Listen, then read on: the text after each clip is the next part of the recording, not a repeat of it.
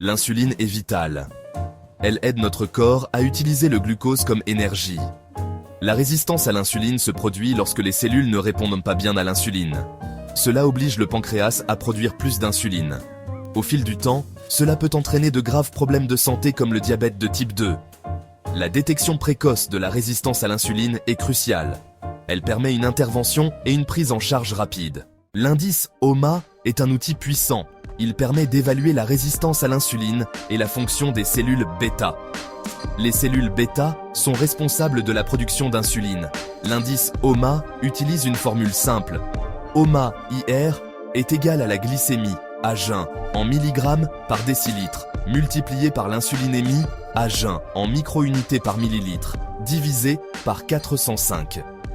Ce calcul permet de déterminer le niveau de résistance à l'insuline.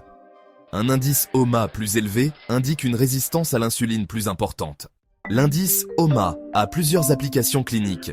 Il aide à diagnostiquer la résistance à l'insuline et le prédiabète. Il permet de suivre l'efficacité du traitement du diabète. Les médecins l'utilisent pour évaluer le risque de maladies cardiovasculaires. L'indice HOMA fournit des informations précieuses pour des soins personnalisés aux patients. Les modifications du mode de vie jouent un rôle crucial. Maintenir un poids santé est important. Une activité physique régulière est bénéfique. Une alimentation équilibrée et pauvre en aliments transformés est essentielle. Ces changements peuvent améliorer la sensibilité à l'insuline.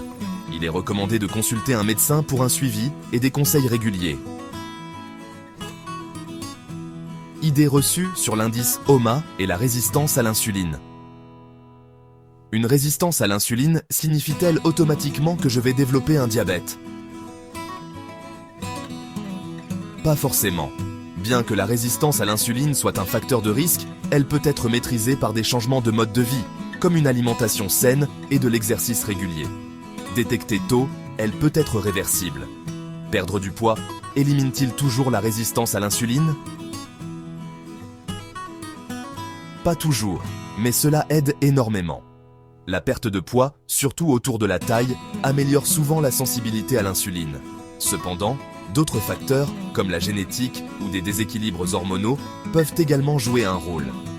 Si vous avez d'autres questions, ou si vous souhaitez approfondir un aspect particulier, n'hésitez pas à demander.